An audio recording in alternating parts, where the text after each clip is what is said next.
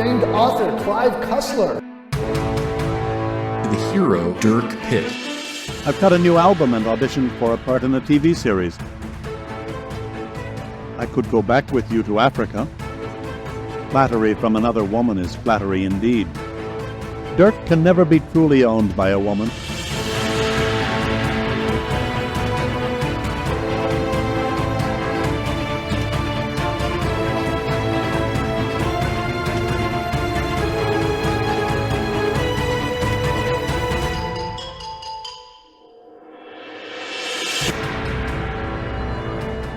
Vixen-03.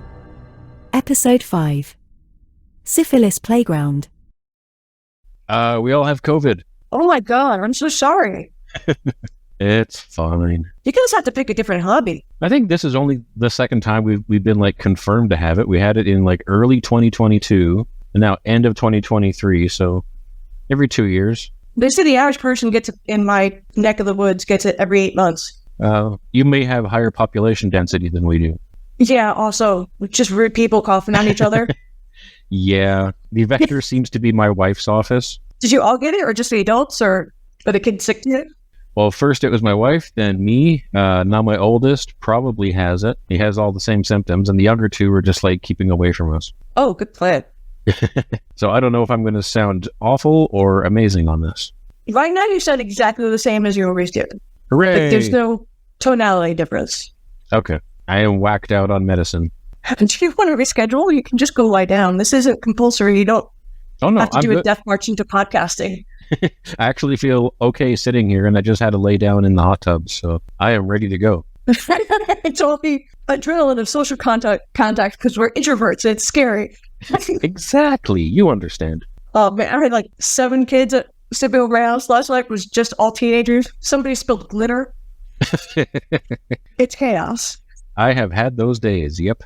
That's why once glitter is introduced, it doesn't... I know it's hack. I know it's...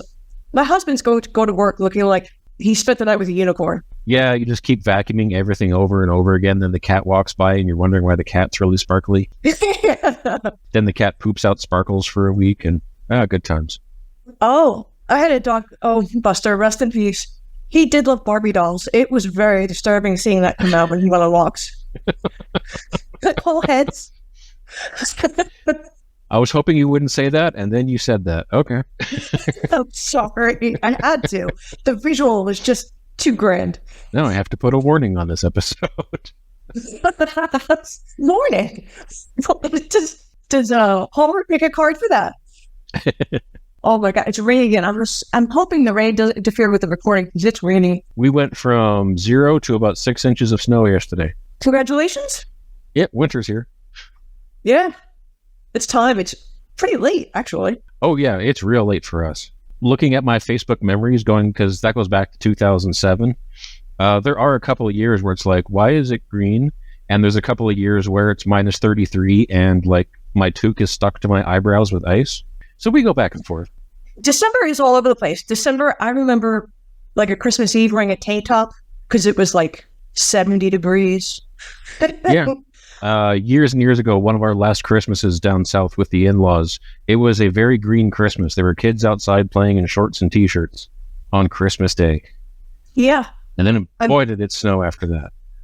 Yeah, then you get punished. Yep. The January comes and it's obliterated. Mm-hmm. We all have to pay the piper in January, except for our friends and listeners that are in warmer climes. Show-offs. I remember I was pregnant with my daughter in 2008. 2008. And it was unseasonably warm in January. I remember walking down after a doctor's appointment. I'm 9 months pregnant. I'm giving birth the next week. I'm so pregnant. I'm enormous. And I'm hot because it's 80 degrees in January. Just this fluke week of just the warmest temperature January has ever seen in New York. And I am so pissed about this. I'm I planned this for winter so I cold so I wouldn't be sweaty. I hate being sweaty. It's just I wanted to go beat up a stranger. I was so angry. 8 years ago when we got our dog, I think our kids saw it as a sign because the people from the Humane Society came over with the puppy to show it to us and try and brainwash us into buying it. And that was on Valentine's Day, so that was in the middle of February. They handed you a puppy. Yeah, basically. And it was in the middle of February in northern Canada. And it was sunny and warm, and there was no snow in the backyard. And my kids are outside playing with this puppy. And there's like, oh my God, we're keeping her. And I'm like, I guess we're keeping the dog. You can leave the dog here now. Because even if we bought it, they were going to like take it home and then arrange a proper handover with food and toys and stuff. And they're like, nope, we're just going to keep it now. It was meant to be. It was meant to be. It was meant to be. That's great. Oh, we got my cholesterol checked. Old people talk time. My doctor was so alarmed. It was the highest. I am a walking stick of butter. I am self-basting. I'm kind of proud. Eat more kale. I don't. I hate vegetables. No, if this is the way I go, this is the way I go. No broccoli here. I make the kids eat vegetables. I do the parent thing, but I hate them. Yeah, same here. I do eat a lot more now than I used to. And I think that's one of the reasons that when I get stuff like that done, like I have to get blood tests, or years ago when I had to get life insurance because I was over 300 pounds, they were like, we flat out refuse anybody over 300 pounds for life insurance unless you go and get a medical and get all the stuff approved. And the person telling me this is about 400 pounds. So I go and I get all the blood tests, and my doctor, reading them out to me, looked confused and annoyed that I had no diabetic or metabolic or salt or cholesterol or blood pressure issues. You can just be a big guy. You're also, oh. It was my fault the numbers were bad, and I went back to the life insurance people, like, look, I'm completely healthy. And they just said, no, you're over 300 pounds. We can't give you life insurance. I'm like, didn't you just tip me? Fuck it, fine.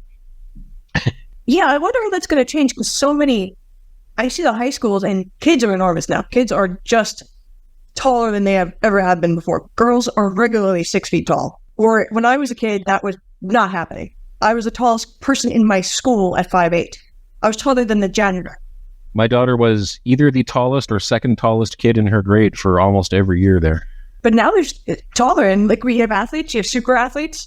I'm sure they have a different scale for life insurance. Your average MMA bro, if he's got a large frame, he can be super, a person could be super muscular, not just an MMA bro, but people could be giant. And I come from hardy Scandinavian stock. I'm big all over, but apparently underneath it all, I'm healthy. You're like a newborn with a healthy system all the way through. Look at that. Yay! You're good. I'm wearing a onesie and everything.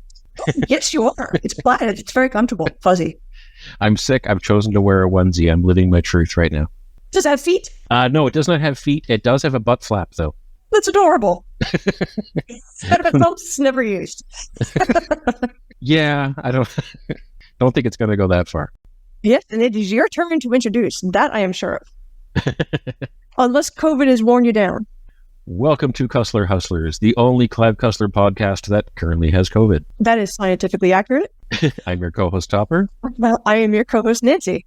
Let's see. If I punch this into Google Maps, you are 4,600 kilometers away, and it would take me 44 hours to drive there. Oh, what about walking?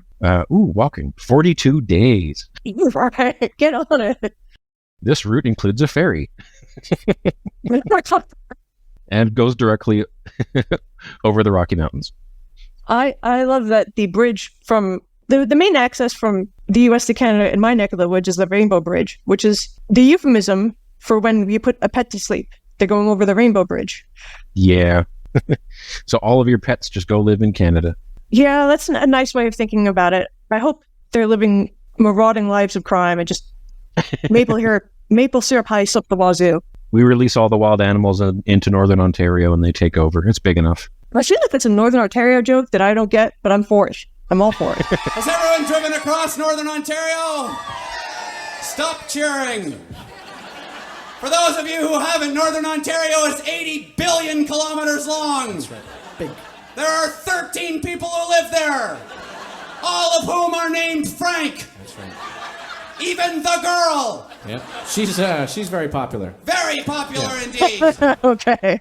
So the one thing I wanted to talk about before we dive into the book and hopefully get through all the horribleness was bonus episodes, or just things to do outside of regular episodes. I was thinking of listing, I was going to go through one of the books and list all of the injuries that Dirk has and ask my doctor and nurse friends, to make like a nice commentary on it.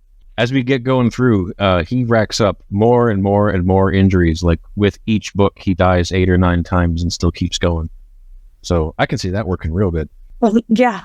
And also, I was thinking, like, what he'd be susceptible to with all of the shag carpeting he's exposed to in various conditions of dampness.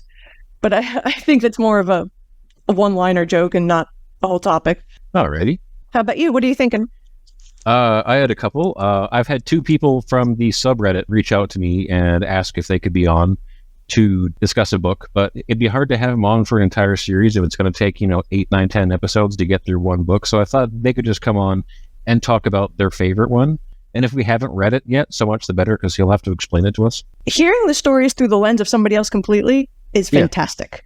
Yeah, because there's whole threads on like their favorite Isaac Bell novel and how incredibly historical they get, and how incredibly ahistorical they get. So that could be fun. Yes. He's all over the place. He's both. Like you said, he'll hammer down every aircraft and vehicle. He will practically give you the VIN number for everything he cites, and then he'll make up a plane for no reason. He will hard left turn into Crazy Town. The other option was to have on a guest to discuss their just favorite adventure book, because there's lots of book podcasts that are always looking for swapping hosts. So yes, they appear on ours, we appear on theirs. We talk about a book that we've already done and just shock them with how wonderful it is, and they can be on our podcast to talk about an adventure book that's like completely outside the realm of Cussler. It's something that was important to them. Yeah, that'll be great. And the more we do it, we've been doing this almost a year now. Good Lord. I am realizing the effect of this type of fiction, this America-centric, one guy solves it all kind of fiction, and its impact on society, because it's everywhere. It's the James Bond effect. It's the Indiana Jones effect. It really, these pulp fiction stories, even if they're minuscule, even if it's only a subset of people that read them, they do permeate everything, because there's so many of them.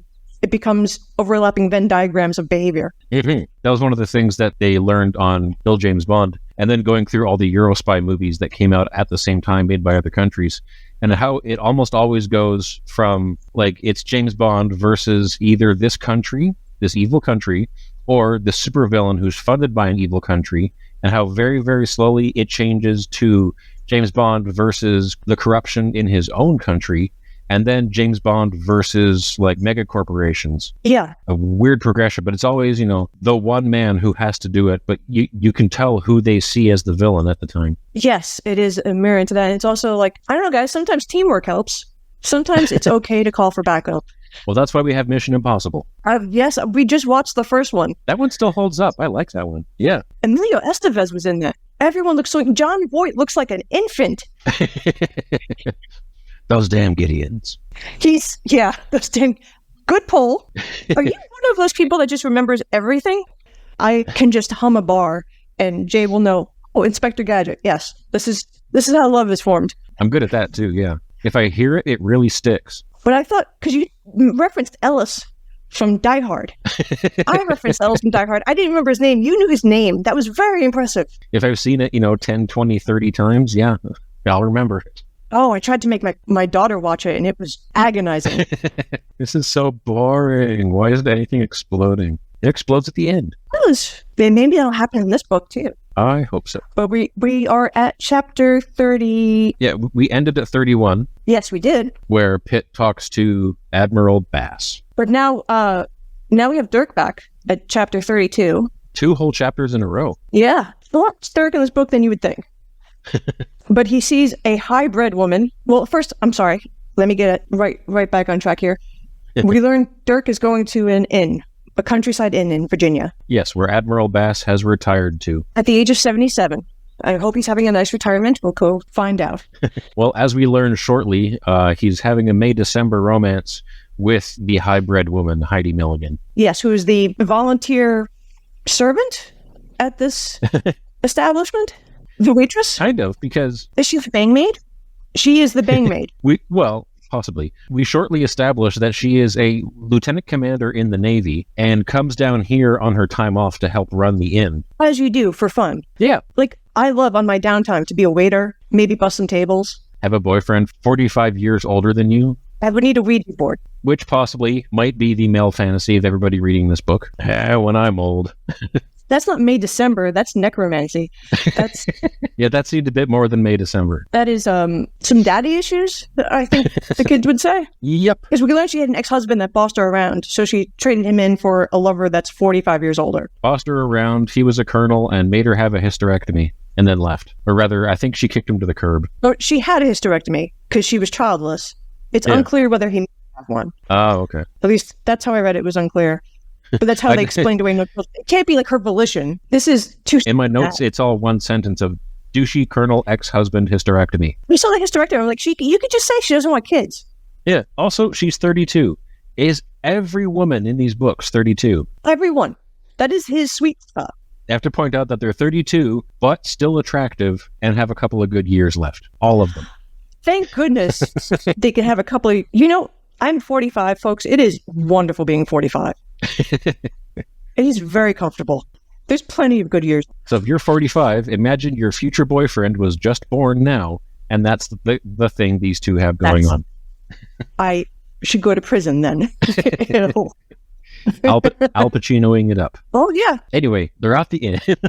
Or his eldest is 50, his youngest is like a few months old. Yep. I don't know about your family planning, but the spaces, we didn't plan our spacing out perfectly, but goddamn, that's a long gap between kids. I think when you're rich, you don't have to plan things out. They just kind of happen and you pay someone to deal with it. But you worry about children's development. You're like, how are they going to react to the younger sibling? I guess that's out the window when they reach 50. That's my 50-year-old brother. I'm a weird family. Your kid is too old to have a kid. You should not be having kids. Al Pacino, we're talking to you. I'm sure he listens. Oh, and we learn from Admiral Bass. We're going to get off of his chick for a bit, assuming he does too. And then Bass is out de-weeding his pond, throwing lily pads at Dirk while Dirk is questioning him. So now Dirk is in his inn, and he goes to an overlook to see the sights, goes on a walk, and Bass gets him from behind, frisks him for weapons, and wants to know what he's about. Yep. He checks his wallet, he checks his ID, and says that he also called his boss at Numa because he's good friends with Jim Sandecker, who served under him in World War II. Yes. Which was great. Bass has done his research, so you can tell he's the good Army guy, Navy guy. Yes. He's true blue. His thoughts are pure, and he just wants to fix the problem that he left dangling years ago. And he tells Pitt that it's not nuclear substances down in Vixen-03, it's a plague. It's a weaponized virus. It's a weaponized contaminant called QD, quick death, that lingers for 300 years and totally roasts any surface it's on for centuries. Kills people within 4 hours. Basically, Captain Trips from The Stand. Chapter 33 is basically just them talking about it and all the various doomsday scenarios, and I had a lot of fun with that chapter. I like weird, horrible things like that happening. Yeah, if you're a Stephen King kid, I think you, that's the natural arc. Yeah. I mean, I don't know how many things I've seen about plagues. And then with the coronavirus, of course, you're going to double down. Yeah, the quick death isn't even like a virus or a flu. It's an artificial life form that created an unknown, undetectable, untreatable, contagious organism that forms colonies like mold and lives underground where you can't kill it. Yes, but I'm sure it smells fantastic. And they did some testing on that island where the Vixen-03 was going, Rongalo. When the biologists went ashore to see what the effects of the QD were, they were all wearing hazmat suits, like contained nuclear, chemical, biological suits. And they all died in 7 minutes. So it got through the suits, but it can't leave the island. We've discovered through the storytelling that the island has since been ringed with buoys, like Viper Island. I don't know if you know about Viper Island. There was a really cool documentary about 10 years ago about it. Highly questionable details, but it's a great story, so I'm not going to look into it.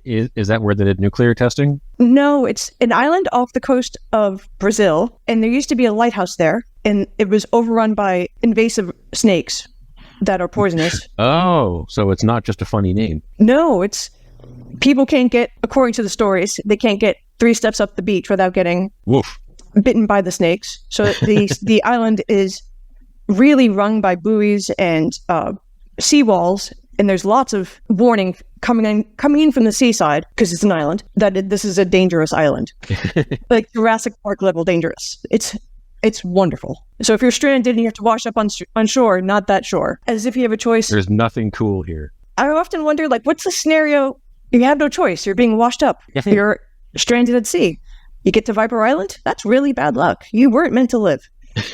You'll just like stand in the shallows, just like 5 feet from shore, and just be like, okay, I'm gonna wait here, throwing rocks at the snakes. So we learned that this stuff is the worst of the worst. It should not fall into the hands of the enemy or anyone's hands. No one and no government should be trusted with quick death. Those canisters, it turns out, are artillery shells loaded with it, because the next test they were going to do was like artillery bombardment of a different island with the pathogen and see if they could do it from far away. But after the first test went south and then the shells got lost, they were just like, no, we're covering this up. This never happened. They shut down the laboratory where it was designed. They burned all the documents. Well, no, they didn't burn the documents. That was also really cool. They locked the documents away and gave it a rating above top secret that no one can see it for 500 years. And apparently that's a real thing. So optimistic. That's so optimistic. Oh, look, there'll be a society in 500 years. Oh, humans never give up. And we learned that the canisters are labeled nuclear because that's what he had on hand. Like it was a school project and he went to the freezer and he's like, yes, a potato. I'll get it's just what they had on the counter. So they used what they had. It's not actually, it was a ruse. It's not actually in any way nuclear. And then we cut to... It's worse than nuclear. 34, it's yes. And Fox is gutting the ship. He's still angry. just to take his temperature. He's still a rage machine. But he's gutting a giant ship, and the people he's hired to do it are giving him guff and throwing around slurs like crazy. Yeah, because he wants to gut the armor and the turrets and the superstructure and the funnels and like everything that makes the boat not fall apart. He's like, nope, take that out too. And oh yeah, lots of N-words in there. Moving forward. Yeah, moving right along.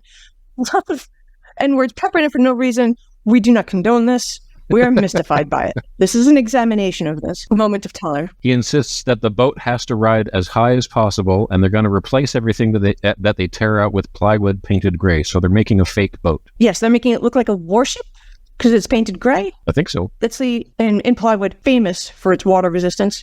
I'm sure it's going to turn out fabulous. Well, the hull is still there. This is a really quick chapter. Yeah. We cut to chapter 35 with Duval and Ziegler. Yes. Talking about the crew they have laying in wait to take over the Fox boat when the time comes. So they're doing the bad guy stuff. They're gooning out. So we're just done with phrasing, right? That's not a thing anymore? I imagine their fingers are flared, like Mr. Burns. Doing excellent. They say they have a black crew being trained like off Madagascar, I think. But they're also being lied to. They're not being told what the mission is. So they're compartmentalizing each part of this to make it easy to follow, folks. Go ahead. Enjoy it. So if there is and so you can tell they probably are going to die. Yes, and the story gets a little topsy-turvy, and maybe they're going to abduct Lusana as well. They're not sure. That could be the cherry on top. One of them says, it's a pity we can't have Lusana as a passenger. And the other one says, well, he's in the States right now. We can track him and pick him up somewhere. And then there's like evil laughter. Goes without saying, they're in a lair, right? Lusana is one of the world's most famous communists. Loves that communism. And communists have lairs. And then a lot of spycraft and bells and whistles to get Lusana smuggled into the country in order for his smuggling van to mosey up to a limousine with the door open. So Lusana's like in the wheel well, hanging out in a plane, getting smuggled into the U.S. His airplane lands. They paid off lots of people. He puts on coveralls and hops in a baggage tractor, and then he gets into a limo and changes into regular clothes and a whole bunch of sneaky stuff. Cover is blown. All of this cloak and dagger stuff goes out the window once you have a limo waiting. Yeah. Well, the limo wasn't near the airplane. There's no way to connect the two. And those limo guys keep their mouths shut, right? You can't buy off of a limo guy. Yeah. Not with like $40. I figure Lusana just shoots all of his drivers as soon as he's done. Yep, he leaves no tracks except for the corpses. That's besmirching those fictional characters. He's not murdering his drivers. We don't know what happens. He drives to Felicia's place, where Felicia's new boyfriend, Daggett, is also. And Felicia throws herself at Lusana while Daggett's in earshot, which is really awkward. As far as love triangles go, you're supposed to be a little bit more subtle. She's being a bit crass on this whole execution of love triangle-ness. Is she being the one who's crass, considering that Daggett purchased her from Lusana? Or do they all just suck? Yes, my internal misogyny demands I blame the woman. Oh, okay. Thanks, Clive. He really He brings that out in me, Clive. Obviously, it's not her fault. But she's being awful bonkers. She's wealthy and famous and successful on her own right, but when she gets near a man, she just loses her brain cells. It's like her brain stem just falls out. If it's a powerful man, Yes, she likes a powerful man. And women have, historically speaking, liked powerful men. then that chapter hard cuts to Felicia, and I have Lauren Smithbert flirting and drinking out at a bar somewhere. Yes, they're doing boy talk. I'm not allowed to read this. Lauren, they're just talking about loves this, I love this guy, but you can marry this guy. Lauren is like talking about her lovers very candidly. She's saying that Dirk is great, but he's not going to stick around. The other guy is true blue but boring. The kind of guy you marry. That was one sentence I had to write down, which is, Phil's the sort you marry. Boring. Pitt is sheer animal power. He can never be owned, never be tamed. Like, this just sounds like an ad for a convertible or something. It's also, a husband shouldn't be like an ox. He's not. What? Taming is involved. Make sure everybody's toilet trained, and then go from there. I like how the person you marry is boring. And years ago, when I finally had free time again because my kids had grown up and didn't need constant supervision, just moderate, I started taking English classes in the evening again. And I think on the second night, our English prof was talking about various characters and how to write characters with different voice. And one of his examples was an engineer. And he just looks right at the whole class and goes, and what do we know about engineers? That's right, they're boring. They're very boring. No. And I just raised my hand and go, I'm an engineer. And Can you imagine there's some terrifying days as an engineer? I mean, he wasn't wrong, but It hurts to hear it out loud. yeah, from the professor, I have to be nice to. He's a really cool guy. So I get that. It stings. It's like when a kid makes a joke about moms playing Candy Crush. Like, no, too close to home. Don't do that. Don't say it out loud. I know it's true. Zip it. So Felicia talks Lauren into giving up her current scenario of finding Dirk here and there for sexy time. She's like, no, this way you don't have to do all hiding and scurrying around in the dark. Here's a key to an extra apartment I have. I don't live there. It's just like a sex apartment. I have shag pad written down. Shag pad? Yes. Ankle deep crimson shag carpeting. Oh, the description. I love how chapter 38 is just like all huge parlor scene about the end of the world, and it ends with the shag pad, but we'll get there. That's a great chapter. It is a great chapter, but we learn that Felicia's setting Lauren up to be blackmailed. Yes. There's going to be, this is clearly a ruse. Go here, because you're going to be naked here. We know this. We need to take the naked pictures so we could blackmail you, because humans are dumb, and this is the way we operate. Ooh, you can be naked under your clothes. Now you have to resign. The silliness. But you absolutely can't be naked with a high-ranking person in the government, namely Dirk Pitt. But you can be entirely allowed to be naked with a high-ranking person in the government, Phil Sawyer, who wears white shirts. I like how they think Dirk is going to be this huge scandal when they're both single. Yeah, they're both unmarried. Is this just premarital sex, or just a naked picture was enough to destroy a woman's career back then? Simply that would have been enough. And he's an Air Force captain. He's like respectable and shit. Oh, he'd be fine.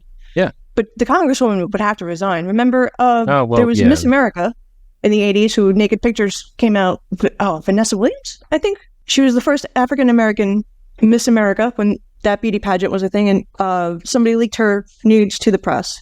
And she wasn't doing anything wrong. Vanessa Williams, yep. Publicly outed as possible naked person. Oh, yeah, and they were printed without her consent in Penthouse, and she sued them. I think I remember hearing about that. All right, close that. Well, I'm a scooch older than you, and that was a big news my sister was in the beauty queen circuit. So that was a huge moment in time for the beauty queen people, or the pageant people. Lots of chatter. Excuse me. Uh-oh. Keep getting phone calls for... Scam likely? Yeah, Scam Likely. It's a solar panel company. Oh. Have you used Sun City? Would you like to sue Sun City? Please call us back. One of those. Yes, and my times have changed. There used to be mesothelioma. Have you worked with asbestos? I have, but from my office, not in person. That is the safest way to work with asbestos. Yep. One of my tasks at my last job was asbestos remediation for old schools up here in the north. I remember getting 2 weeks off in high school because they determined that there was asbestos everywhere in high school. Yay! And then we came back and there was no insulation in the school. Yay! And it was on the coast. It was on a road called Shore Road because there was the ocean. That makes sense. The wind just whistled through that school. We came back to Lauren and Felicia. Felicia's totally selling Lauren out. Yes. I couldn't imagine doing this to a friend. She's a terrible person. After this, I no longer think she's a crazy boy-obsessed woman. She's a bad person. Yeah. Doing her girlfriend dirt like that. Setting her up for embarrassment. And now we're at chapter 37, which has possibly one of my favorite lines in the entire book. Oh. So it's Daggett and Lusanna and Dale Jarvis, the director of the NSA, and they're talking about, like, do you think Wild Rose is real? And it reads to the NSA guy, Jarvis, like a scenario, a worst case scenario script. And he's like, oh, every government does this. It's for people listening who've heard of these scenarios. Sometimes it's a zombie scenario. Sometimes it's an earthquake that cracks the globe open scenario. The writers, people with creative ideas come up with these scenarios, and the military takes them and comes up with plans on how to counter them. And there's millions of them, worst case scenarios. They had somebody on Lions Led by Donkeys years and years ago because the host used to be in the Marines, so he gets a lot of military people who are no longer in the military and usually harbor some ill will towards the military. And they had one of his guests was a Navy SEAL who was part... Oh, wait. Sorry, cat. One of his guests was cat? a former Navy SEAL who was part of basically the role-playing game group for those worst-case scenarios, where they just get 10 people in a room and just spend 12 hours coming up with, the worst thing, and what could we do? And somebody else goes, well, what if this counters it? And somebody else goes, I'll counter it with that. Somebody else goes, well, I'll counter it with this. And coming up with the most insane plans that he's not allowed to talk about. Sounds like so much fun. This sounds like the best job in the universe. But the one that Clive picked was Jarvis saying, every government has wacky plans like this. We have plans to nuke the ghettos in case of an uprising by the minorities. Yes, that line did stand out. Like, that's somebody's plan. You could have picked something else, Clive. There's a lot of nuking the minorities in this book. Yes. But we did drop a bomb on Philadelphia in the 70s. Oh, yeah. The movement? Oh, yes. I believe that was a Behind the Bastards. Yeah.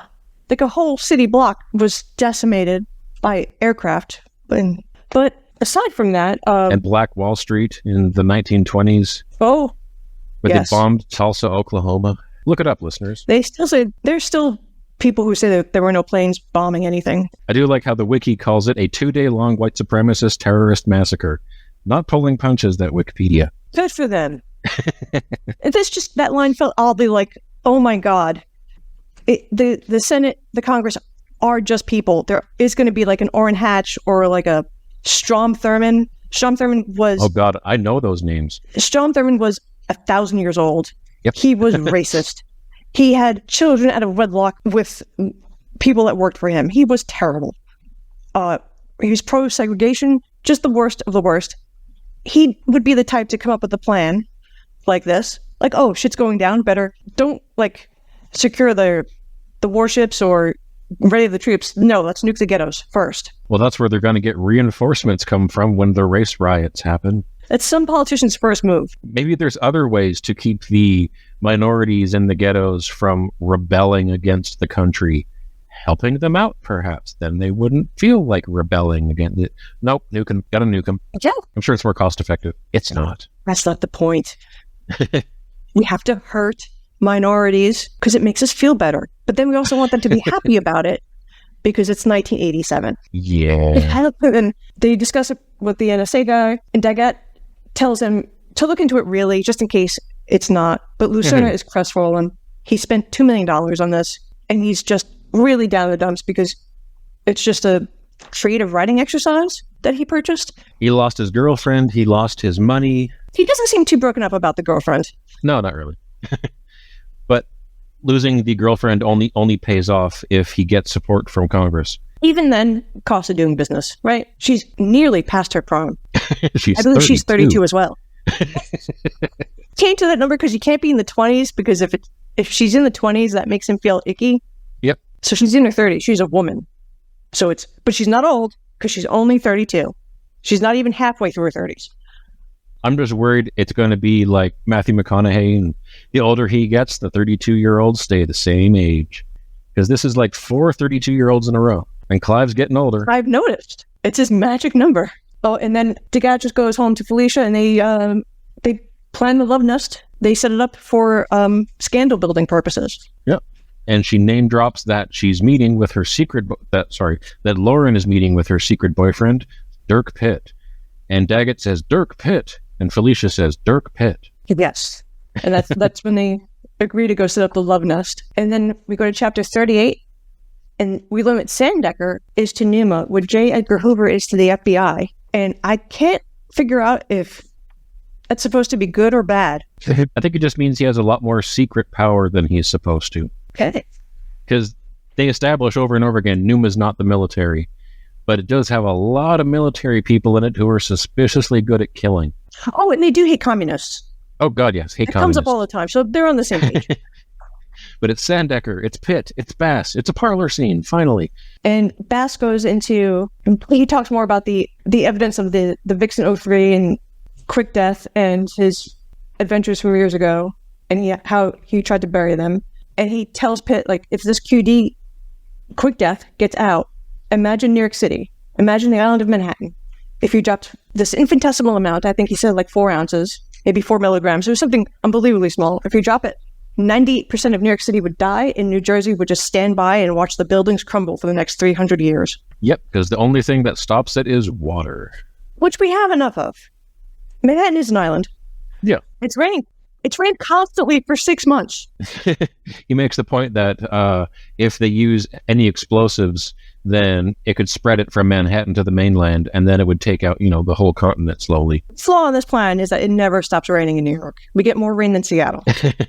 Well, true. Bass talks about how he falsified all the records to keep anybody from finding out about it, and he covered up the deaths of all the lab technicians. No one knows that this exists except for him, and now Pitt, because Pitt found the damn plane. And he cops to falsifying that flight report that niggled at the edges of understanding, because they were like, how could this flight report exist? These are scrapped after 2 weeks. Yeah. Nobody keeps these on record. And he's like, oh no, that was me. I put that there. No. Like, wrapping up every detail here. If he hadn't, though, if he had just thrown out that document too, they might not have gotten this far. Well, yeah, I thought it was rather brilliant to have false documents, but if there's no documents... Yeah. False documents that hang around longer than they should. Oh, Al doesn't do anything. Al's just looking solid. Al does one thing. Al, as the audience surrogate, asks, well, if water kills it, how come we just don't leave it in the lake? Which I think is the only thing he says for this whole chapter. Brilliant idea. Or just open it under the water. They do make the good point, though, that if they found it, somebody else will. And then Pitt makes the point of somebody else did. There is an extra dead body down there. At least 2 people, one of them dead, knows about what's down there. And we still have no idea who killed Charlie Smith. Yes. But we know he's strapped. His dead body has been strapped to the wreckage. Yep. Inside the fuselage. But he's strapped in. And it's new. I think there were orange wraps that look frayed when we get there. But right now, they're wrapping up this little conference, and Pitt goes to his car where his girlfriend has snuck into his car and fallen asleep like a homeless cat or a junkyard dog. And he says, oh, good. You wrote it down, too. Oh, you look gorgeous. You've been gangbanged. Assaulted and gangbanged. He joked. But now she's unsalted and not gangbanged. But thank goodness. It's the first thing that comes to his mind. All right. Well, they're in Washington, D.C., a famously unsafe area. Yes, but you could be mugged. You could be hit by a car. It's dark. No, right to gangbang. Yep. Thanks, Clive. There's some undertones there that we see. We see you, Clive. But then they go to the romantic crash pad, or the what did you call it? Shag pad. The shag pad. And they luxuriate. They can't believe how sexy this place looks. It's ankle-deep shag crimson carpeting. Like a whole giant fuzzy napkin that covers the floor.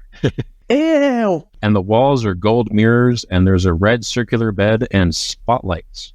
Yes, because this couple, well into their 30s, 32, they're both 32. Forget it. We all know they're 32. They haven't been to Vegas before. These are well-traveled people. This shouldn't be that impressive. This should look very bizarre. They didn't get a room at Circus. Me reading it in this age thinks it's pretty bizarre. But I'm worried about whose name is it under? What if you stay in the crash pad and you have to get evicted, like as a squatter? How clean is it? How clean is it? It's not clean. No black lights. There's blue lights everywhere. We learned that inhibits the capture of color photography, so only black and white photos can be taken from behind the two-way mirror. Oh, yes. Because the chapter ends with Daggett getting a phone call. Yeah, it's a red circular bed. I would be like, Yeah. what if I drop some wine on the sheets? How do you get sheets for a circular bed in the 80s? Sears catalog. Sears catalog. I would be very, no. I had the Sears catalog. I'm old enough to remember it. There were bras for old women that could hold Mack trucks. You could buy a tractor. You could buy any gun you want. No round sheets. Fine. Yeah, I have no idea. There's got to be like a really creepy kind of skeezy specialty store somewhere. Oh yeah, I forgot about specialty stores. Amazon has gotten rid of that in today's landscape. Yeah. But yes, specialty stores. Classy places for congressmen and scions of congressmen to be. I need a round bed. What do you have in gold mirrored walls? The least efficient use of space. Yep. And you're going to assume, you're just going to mechanically, muscle memory, you're going to assume that there's bed where there's no bed. Somebody's going to get hurt. There's a lot of people falling off that because it's a raised bed. Yeah. That's why the shag carpeting is there. It's absorb impacts. Oh, like a playground. Yeah. Yes.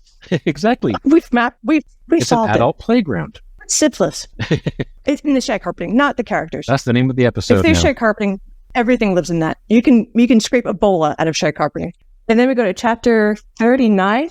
What? That's the name of the episode. Thank you.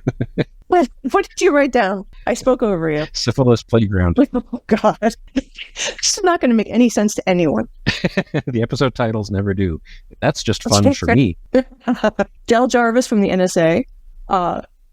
We're at chapter 39 now. He gets a file from the NSA.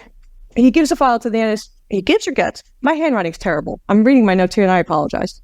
Jarvis gets a file from Gossard about Operation Bald Rose. It's a real page turner, but they did point out that Gossard is a functioning alcoholic. He's great at his job, but boy does he drink. End of chapter. Outstanding. He's very detail oriented. He doesn't miss anything. He drinks. And he drinks. And he drinks more. Everybody gets one character trait. And coming up, listeners, there's a chapter where a man drinks a bottle of whiskey and a pound of cheese. Eats a pound of cheese. It's wonderful.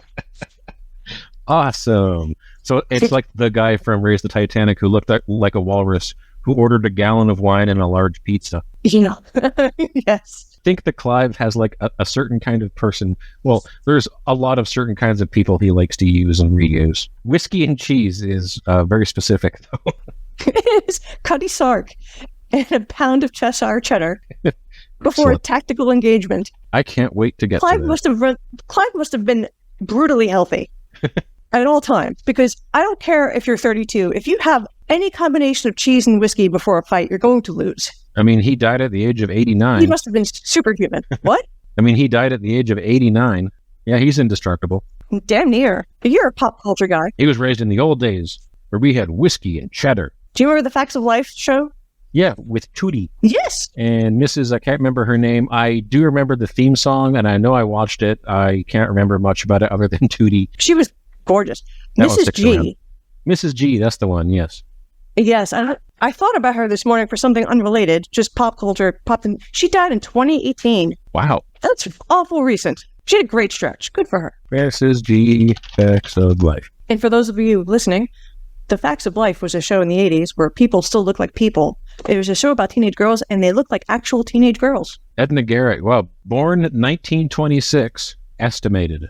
Ooh, one of those. So she lived to 94, or wait, 92. Estimated. It could be both. Yeah. Yeah, it's amazing how before like the 1930s, if you were born in the country, you just had like a handwritten note from the doctor and says, here's your certificate. And then it got lost immediately. Or you were born at home and Yeah, exactly. the doctor got to you when he got to you. That's what I mean. And if you're in showbiz, you probably lie a little bit to make it lower. Oh, yes. Phyllis Diller did that. She was much older. The story goes that she was much, much older than her records reveal. And nobody's going to go correct it because that seems disrespectful. Yeah. But she was in silent movies and stuff, so she was really lying about her age. That's pretty long ago, I think. Yeah, I think. No way to tell, but yeah. Yep. Dude. Oh my God. I thought everyone thinks their kids are so smart. My daughter came to me, she's like, we're going to be assigned David Copperfield, the book, I Can't Get Away from Magic. And I'm like, no. No. Not that David Copperfield. Read it and find out. There's 2 of them. I don't even know what the book's about. That's the way history goes on. It's just a game of telephone where the lingo and the stories of the day just get transmuted and squished and summarized. And now we have misunderstandings like that. And I believe a congressman thinks that the term Banana Republic originated with the clothing store. I think we have a sitting congressman that thinks that's the origin. I think I heard about that. And the one I think about now that pops up occasionally on social media is kids have no idea why the save button is a 3.5-inch diskette. Yes, that's just a shape. What the Why hell is it does that that shape? mean? What's that thing? Well, back in the old days. This combined with the 8-year-old asking us if YouTube lies, my hope for the future is dim. Well, they do have a very steep learning curve, so they're idiots for longer, but then they... Yes. And then we die, because that's the way human life goes. It's a treadmill. We gain all this knowledge, and then we die. I made it. Now I know that I shouldn't have drank a bottle of whiskey and eaten a block of cheese. Though it does sound... I'm a little peckish right now. Brick of cheese, that's good. Well, it's time to let you go back to recover. Yeah, I'm going to go have a nap. In your onesie. Not a true onesie. It doesn't have the feet. No. But it still looks fuzzy. It is. And it has a hood. They have a hood? Yeah. Oh, does it have pockets? It has pockets. It has a hood. It has a very big hood. Why do we have other clothes? We should all just be given those like uniforms. And this is the first one I've had as an adult that fits. You're a ginormous human being. We all got matching skeleton onesies from the Gap. And the largest one, tries to cut me in half if I wear it. My wife somehow found this one, which is gigantic. I love it. And yeah, and listeners, he's not overweight. He's just very tall. So anything he puts on is going to look like a doll clothing. Yeah. It's just Barbie clothes. The imagery is hilarious. Thanks. Now I can't get that out of my head. Yes, go into your attic, get your kids doll clothes and luxuriate in them. Well, or not. You're a grown man. You can do what you want. But go rest and don't catch COVID again. I better not. Or I have to go do a book report. Not my book report. Some Diary of a Would-Be Kid. Yay. Oh, yeah, we got all those. I'm procrastinating, but I must go Okay. make the poster. Bye. See you next time. This has been Cussler Hustlers. Your hosts have been Topper and Nancy. Find us on Twitter and Instagram at Cussler Hustlers.